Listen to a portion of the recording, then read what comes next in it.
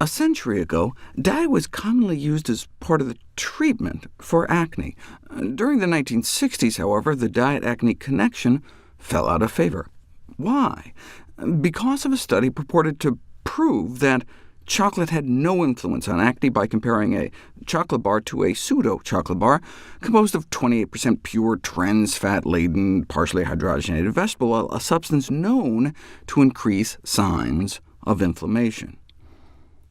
Compared to that, no wonder the chocolate didn't come out looking so bad. And then there was this other study where small groups of medical students ate a variety of purported culprits, and only about a third broke out. But there was no control group to compare to. Yet these two studies, despite their major design flaws, were sufficient to dissociate diet from acne in the minds of most dermatologists. Textbooks were revised to reflect this new academic consensus, and dermatologists took the stance that any mumblings about the association between diet and acne were unscientific, and one of the many myths surrounding this ubiquitous disease. Comments such as, "The association of diet with acne has been relegated to the category of myth," are commonplace in both the past and current medical literature.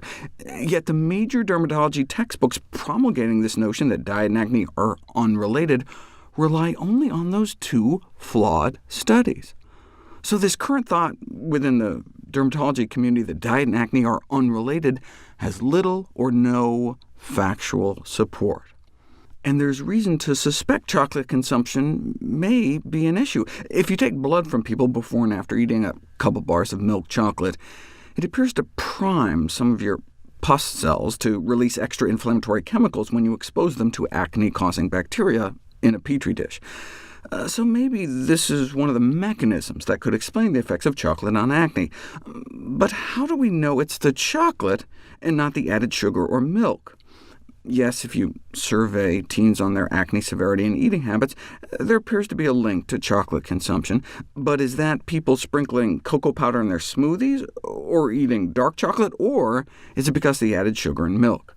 Just cutting down on sugary foods and refined grains can cut pimple counts in half in a few months, significantly better than the control group, complete with compelling before and after pictures. To tease out if it was the sugar, researchers gave people milk chocolate versus jelly beans. If it was just the sugar, then acne would presumably get equally worse in both groups. But instead, the chocolate group got worse, a doubling of acne lesions, whereas no change in the jelly bean group. So it's apparently not just the sugar. Maybe there is something in chocolate, or is it only in milk chocolate? So far, there have been no studies assessing the effects of pure 100% chocolate on acne. That is, until there were. 57 volunteers with mild to moderate acne were randomized into 3 groups, receiving white chocolate bars, dark chocolate bars, or no chocolate bars every day for a month. And this wasn't just dark chocolate, but 100% chocolate, meaning like baker's chocolate. Unlike pure dark chocolate, white chocolate is packed with sugar and milk, and indeed, acne lesions worsened in the white chocolate group, but not in the dark chocolate or control groups. So in this study, white but not dark chocolate consumption was associated with an exacerbation of acne lesions. But other studies did show acne worsening on dark chocolate. Give research subjects a single big load of Ghirardelli baking chocolate, and they broke out within days. A significant increase in the total average number of acne lesions within 4 days. And same thing with more chronic dark chocolate consumption. Half a small chocolate bar a day for a month, and increased acne severity was reported within 2 weeks. With before and after pictures looking like this. OK, but what was lacking in these 2 studies? Give people chocolate every day and their acne gets worse, or one big load of chocolate and their acne gets worse. What didn't these studies include? Long-time Nutrition Facts followers should know this by now. Right, they're missing a control group. If you look at surveys, most people believe chocolate causes acne, so if you give people a big load of chocolate, maybe just the stress and expectation that they're going to have an outbreak contributes to the actual outbreak. To really get to the bottom of this, you'd have to design a study where you give people disguised chocolate. You expose people to chocolate without them knowing it, and see if they still break out. Like you could put cocoa powder into opaque capsules so they don't know if they're getting cocoa or placebo, and that would have the additional benefit of eliminating the cocoa butter fat factor. No milk, no sugar, no fat, just pure cocoa powder in capsules versus placebo. But there's never been such a study until now.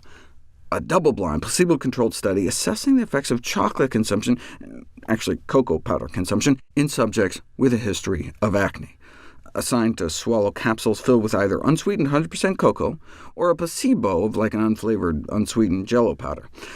Just a one-time binge requiring the swallowing of up to 240 capsules to try to secretly expose people to a few ounces of cocoa powder, and the same significant increase, the same doubling of acne lesions within 4 days, like in the Girardelli study.